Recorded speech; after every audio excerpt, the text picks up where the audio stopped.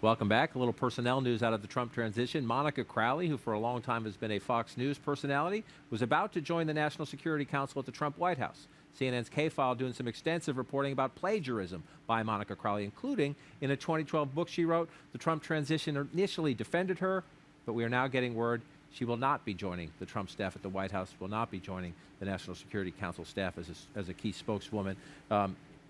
It's a staff job, but in terms of getting pushback, getting somebody out, is it significant?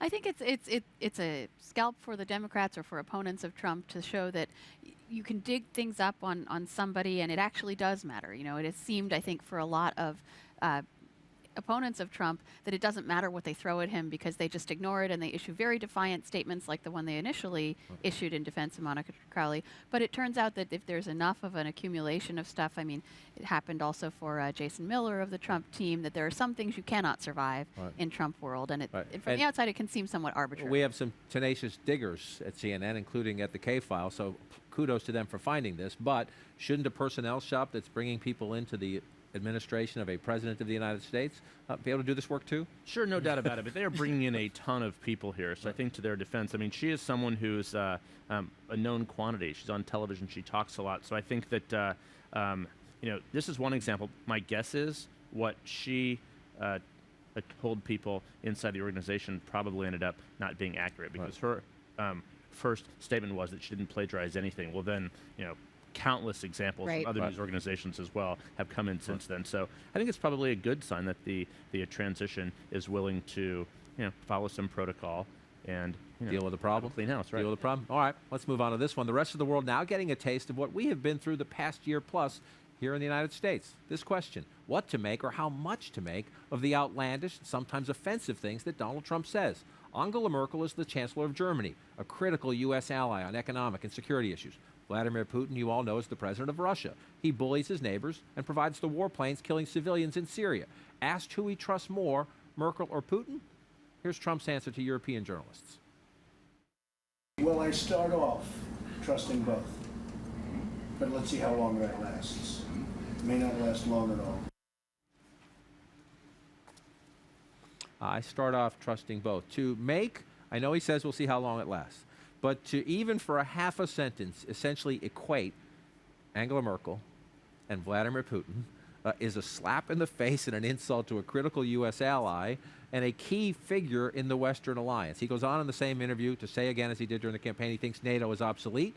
He contradicts himself a bit and says, but there are parts of it that are good. But as we talk about the tone in Washington, the uncertainty in Washington, the town on edge, what about the world? Well, let's go back and remember what Trump has said about Angela Merkel throughout the campaign. He has been very critical of Germany's refugee policy, and he continuously. And then Hillary Clinton said that Angela Merkel was her favorite European or her favorite world leader. So there is a little bit of history there. I'm not saying it's excuse, but that's kind of where he's coming from. This is not someone that he's revered in the past, and he's definitely had nicer things to say about. Hang on just one second, because to Jackie's point about the refugee crisis, and we should have noted, this is an interview with the Times of London and Bild, a German magazine. Listen to Donald Trump talking about Merkel and her decision to let Syrian refugees into Germany. I had great respect for her. I felt she was a great, great leader. I think she made one very catastrophic mistake, and that was taking all of these illegals and taking all of the people from wherever they come from, and nobody really knows where they come from.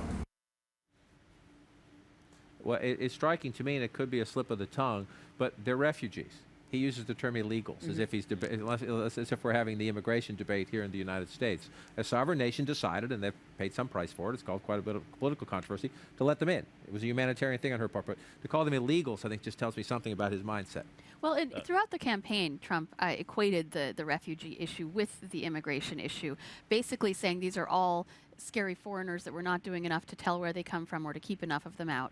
And I think his worldview also has been very consistent in this sort of populist nationalism that he espouses, which he sees as of a piece with the Brexit movement in the UK and of a piece with a lot of the nationalist movements across Europe that oppose, the centralization of power in the EU, that oppose alliances like NATO as taking away countries' national sovereignty. So how that plays out, I think, to your point, the world is at least as on on edge, if not more so, as Washington, D.C., about how this will translate into policy for Trump, because he has gone so far from the norms in terms of diplomacy and in terms of the things you are and are not allowed to say, the people you are and are not allowed to call up on the phone. And so do they decide, okay, this is just the way he is and we're going to disregard it? Or do all of these things have consequences because that's how diplomacy is And I mean, conducted? already also warning of a tariff on German car manufacturers, 35% tariff. This is part of his putting tariffs on companies that ship jobs overseas. This time saying that for German cars, selling them back into the U.S., if they're making their cars in Mexico, they're going to get hit with a 35% tariff. I mean, this is causing a lot of tension with some of America's key allies. Key allies. It's also causing a lot of tension. Mexico is one of our key allies. It's causing a lot of tension in Mexico, too. The Chinese are mad more about the Taiwan language and the one China policy, but also about trade. Angela Merkel saying she would not respond to Donald Trump, saying, as it's only polite to wait until he's actually president, which I think is the response, actually.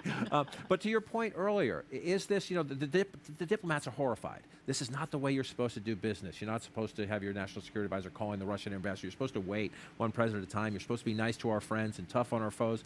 But is this part of the Trump MO? That he stirs everything up, makes everybody nervous because he thinks eventually that means they're going to come his way because they're afraid of him going way out there, that they'll give him half of what he wants or part of what he wants. I think without question, but we're also entering a totally new moment here. We can say, oh, this is how he did it in the campaign. This, starting Friday at high noon, this is a very different moment here where everything has changed. It's a clean slate. So I was talking to a couple George W. Bush Republicans who worked in his administration, horrified by those comments of Angela Merkel, because as we know, President Bush had a very strong relationship with her, as has President Obama. Michael Gerson, a Bush speechwriter, writing in the Washington Post today, it's narcissism, his fight with John Lewis and others.